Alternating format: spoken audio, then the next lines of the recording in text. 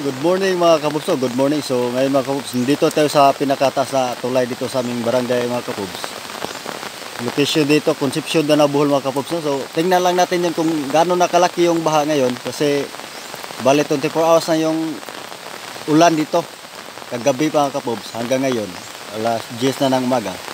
Malakas pa rin yung ulan. So ipakikita ko sa inyo ngayon kung gaano na ba kalakas o gaano na ba kalaki yung baha dito sa malaking ilog dito sa amin mga kabobs. Sige mga kabobs.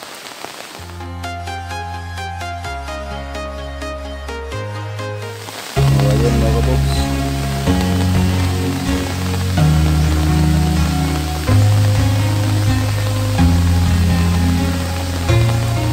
Ito yung tulay. Yan. Mataas tong tulay na to mga kabobs. Yan. Kasi na pala ang baha. 10 AM ng umaga. So, punta tayo dun sa kabila.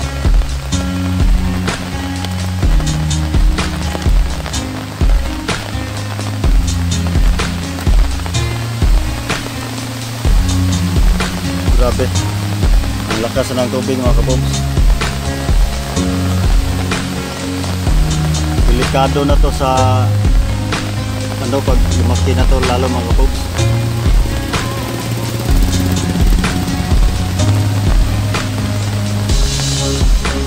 Yung bundok na yan mga kabobs, yung makikita natin yan yung tinatawag na sea clouds, yung mataas na makikita natin yung bundok yan, yung nasa taas.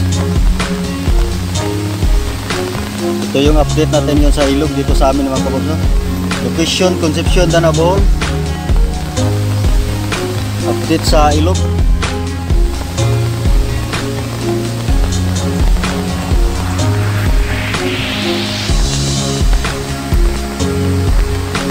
Kasi ng agos ng tubig mga kabobs. Yan o. Delikado na to sa mga bata mga kabobs. Ito nakalaki yung baha dito mga kabobs.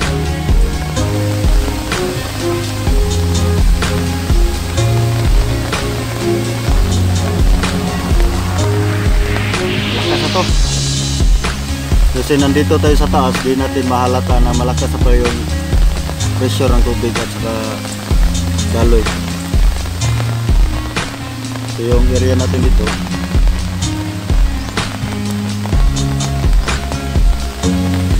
Ina-update ko lang yung area naman dito kasi 24 hours na yung ulan. Nag-harvest sana kami ng palay. Hindi natapos kasi ang lakas ng ulan. Kaya nagdesisyon lang kami umuwi. O ito yan o. Concepcion Bridge. Okay.